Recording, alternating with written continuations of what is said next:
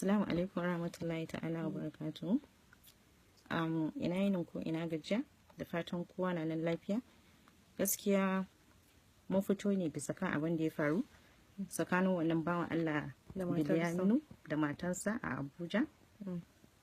Mun gan cewa ya cancanta mu dan fito mu yi magana daya zuwa biyu a matsayin mu na musulmai. Yawwa kuma zuwa ga yan uwan mata.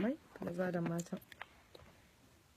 Gaskiya abubuwan da ke faruwa yanzu a duniya, abin da muke gani especially abin da mata suke yi, gaba daya jikinmu gaskiya ya mutu gaba daya, wanda addinin bai koyar da mu ba. Kai subhanallah, a'udhu billahi minash shaitanir rajim. mun ma kasa magana.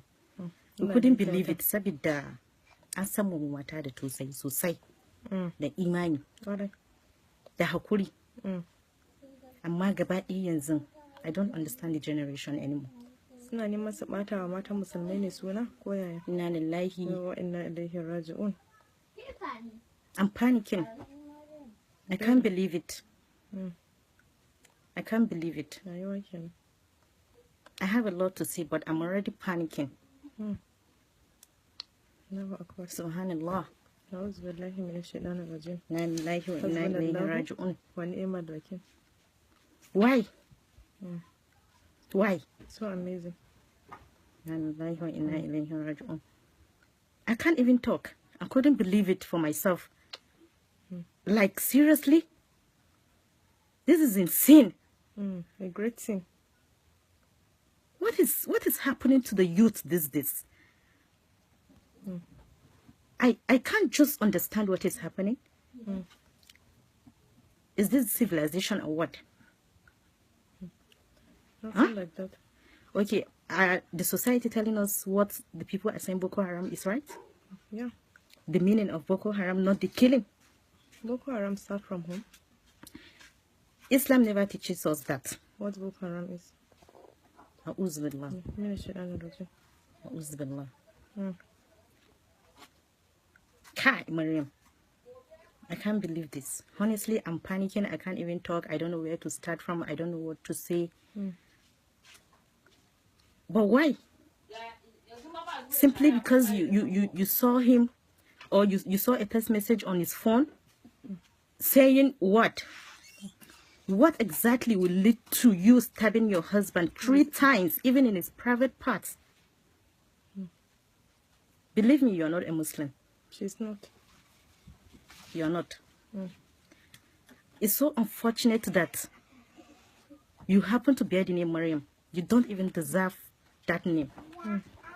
How can you stab your husband 3 good times simply because he saw a text message of another lady on his phone? Are you a Muslim? She's not. Subhanallah, wallahi, you are not a Muslim. Islam didn't teach us that. All men are entitled to 4 wives. How are you a Muslim? Do you have faith? You don't. With what you did, you've proven that you are not a Muslim. It's not. He got married to you. My dear, I'm covering my face. You are not as beautiful as I am. You don't even have the stand. He got married to you not because you are the best lady on earth. No, at all. Don't even say that. Don't start that. You are born with a silver spoon does not make you the most important or the most beautiful lady on earth. No. You are just an opportunist. You are just being blessed by Allah. What is it in life? What is it that will lead to such? You stabbed him to the extent you easily stabbed him in his private part for what? For what? To ma wai bari in tambaye ki ma tukunna, me kike nufi ne? Mu da ba mu da aure dan ubanki me kike nufi? Me kike nufi uban da ya haife ki zaki gaya mana ne cewa uwarki kaɗai ya nima? Kina nufin mu da ba mu da aure kenan mu ta zaman gidan uban mu? Ko me kike nufi? Look at this handsome man. Bari in gaya maki hakkin mata kika shiga. Because matansa 4 ne. Ke ce na ɗaya. You have cheated on 3 wives. 3 other wives. 3 other women or ladies, so to say. If I happen to be one of them, you cheated on me, so I will never forgive you for that. We are Muslim. Okay, ke yanzu kina nufin kenan da kaman yana da mata ya zo zai aure ki zaki ce ba zaki aure shi bane? Ina kadan ban. Ba zaki aure shi bane? Tantane minti na. Saboda Allah. Don't you have these feelings for your child? Don't you have feelings for your baby? This is the father of your child, for God's sake. Kin sai kin ma riga kin bata sunan yarinyar ki fa. Because duk inda aka je za a nemi aurenta, duk wanda zai fito za a ce ai yarinyar da kaza ne. Sai dai in dai Allah ya ikonsa. Tunda ba haƙinta ba. Sai dai Allah ya yi ikonsa. Mun ga video na bikinki.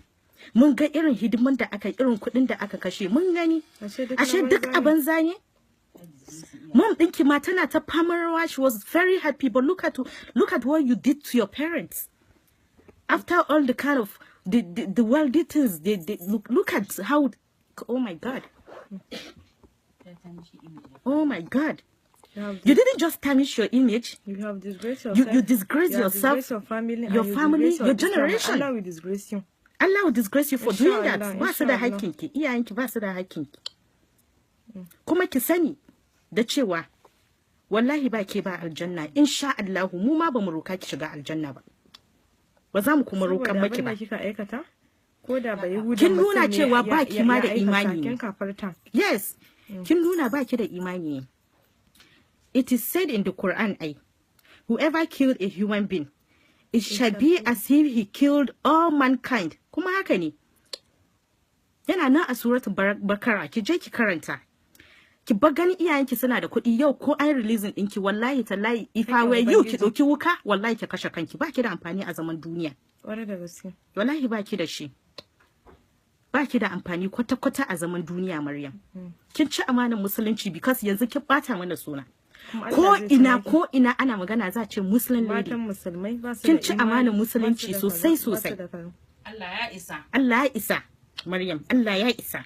Ba za ki gama da duniya lafiya ba. Gaskiya. Ya za ki kashe bawan Allah na simply because ya nima thousands of lady kafin ya nime ki. I'm sure of that. There is no doubt about that. It's ko bai nima ba wallahi mata sun nime sa. Ai duniyar da muke ciki ne yanzu. The fact that okay muna da irin mu da bamu yi aure ko ba is nothing. There is nothing to be shameful of because Manzo Allah sallallahu alaihi wasallam ya riga ya faɗa. It's a generation that will come. Women will be more than the men. We will even double them. So it is normal as a lady in baki aure, but you don't need to panic. All you need to do is pray. Yes, pray. Saboda aure lokaci ne kuma lokacin ki zai zo in dai kina da rabo a duniya in baki da shi ko kin sa kanki cikin damuwa ne ba za ki samu ki ba.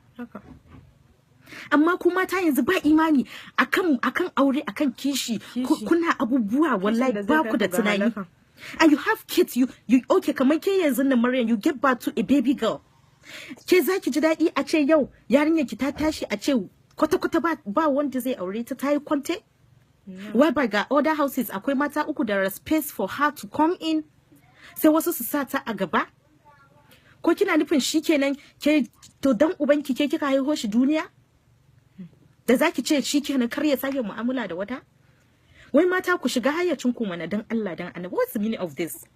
Ku ne ku kashe mata, ku je gidan bokaye, gidan ma you already value life over everything. Yes. Simply because yana son ya wanda ya faru a Kaduna last time ruwan zafi fa ta kona mijinta da shi simply because wanda imanin su ya riga ya nisa. Kin san na kwanakin nan fa ruwan zafi fa ta zuba wa mijinta fa a Kaduna simply because wai zai mata kisha bai ma yi ba tukunna. Zai bai yi ba. Ko ya yi ma fadin ubangiji ne ba fadan ma bane. To ai kin san ma wani abu ne a duniyar nan da muke ciki. Wallahi tallahi ne cewa ne ummi. Ko da ma kina lashe wa namiji tafin kafansa duk ya tashi ya ce zai aure yau does not mean he doesn't love you. No. Of course. It doesn't mean he doesn't love you. Kuma da ya ta nimi a waje ba gar ma ya shigo da ita ba. Ko me kike ko duk wani halin da kike ciki ma cikin gida. Saboda Allah cuta yayi yawa na zamani. Sannan ma mata yanzu baki ga yadda suka dau duniya ba. Ibadan nan ma wallahi tallahi ki samu mace ma ta rike sallah matsala ne. It is not. Sallah ma matsala ne ba sa iya sallah ba su da ibada ne babu imani.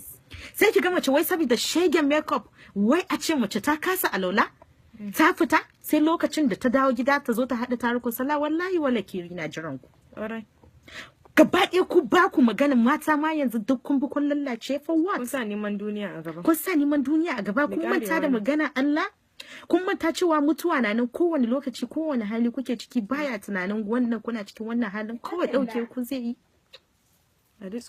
kai mata ku ji tsoron Allah fa even us that we are talking it's not as if we are 100% good but we are trying our best we pray at the time da aka mana appointment mu yi muna daidai gwargwadon mu kuma mun san Allah zai taimake mu duk wani hanyar da zamu bi wanda bai kamata ba he will always be there to guide us because he knows we are not doing it intentionally amma sai kiga kawaye sun zauna yanzu ana magana ai wannan zan je zai ban 100,000 wannan zan you are fucking cheap you are such a dirty lady da mutum zai mutu a komai din safa how can you give out your pride for 100,000 50,000 you think it's money because you are a cheap lady a cheap whore? You don't know your pride? You don't know your pride. You don't know who you are. Kusan yadda Allah ya mu mata kuwa.